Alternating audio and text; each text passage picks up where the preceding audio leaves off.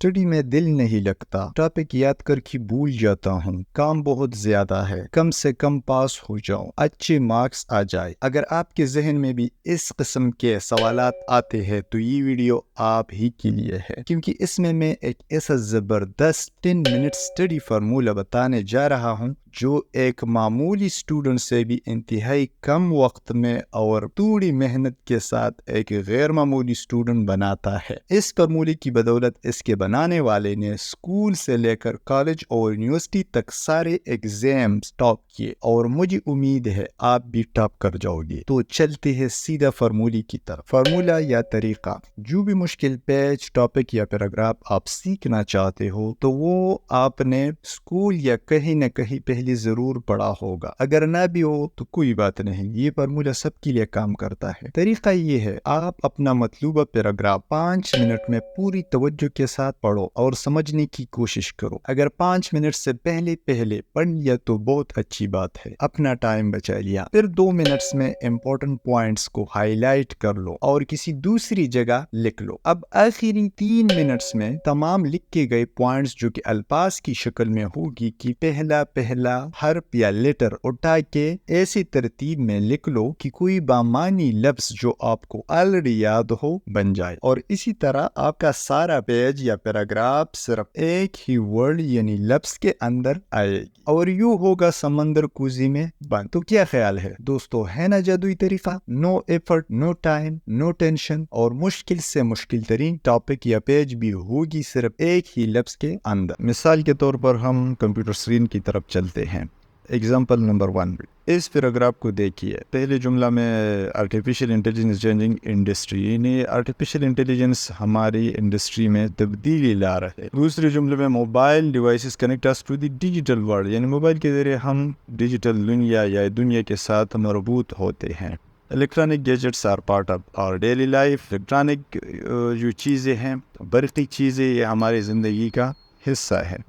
Robots improve manufacturing processes, robots industries میں کام کو بہتر کرتے ہیں۔ The internet is crucial for communication, internet communication کے لیے بہت ضروری ہے، رابطے کے لیے۔ Cloud computing makes data storage convenient, cloud computing نے ڈیٹا اسٹور کرنے کے لیے آسانی پیدا کی ہے۔ الگوریتمز play a key role in technology reshaping the world, algorithms technology اور دنیا کو ایک نیا شکل دینے میں کردار ادا کر رہے ہیں۔ اب ہم دیکھتے ہیں کہ پہلے جملے میں آرٹیفیشل انٹیلیجنس اہم لفظ ہے یا ورڈ ہے، دوسرے میں موبائل ڈیوائسز میں نے آلریڈی ہائی لائٹ کی ہوئی ہے آپ کے ٹائم بچانے کے لیے، electronic gadgets, robots, internet, cloud computing and algorithms. اب ان الفاظ کا پہلا لیٹر یا حرف ہم اٹھاتے ہیں۔ آرٹیفیشل انٹیلیجنس، یہ حرف آپ پر انحصار کرتا ہے کہ آپ کو کون سا لفظ یعنی کون سا ورڈ زیادہ موضوع یا مناسب یا اہم لگتا ہے، تو آپ اسی لفظ کا پہلا حرف اٹھا سکتے ہیں۔ تو مجھے آرٹیفیشل انٹیلیجنس میں آرٹیفیشل جو ہے اے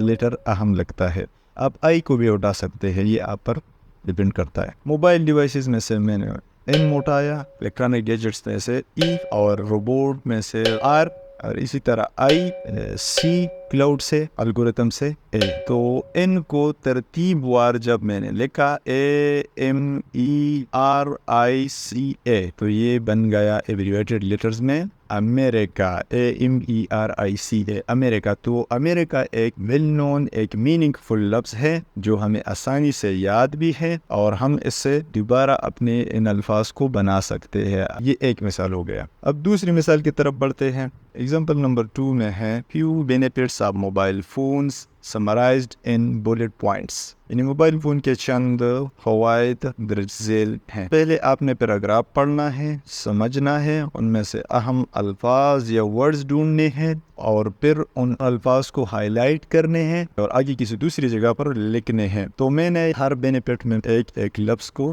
ہائی لائٹ کیا ہوا ہے ٹائم بچانے کے لیے۔ اس میں کمیونیکیشن،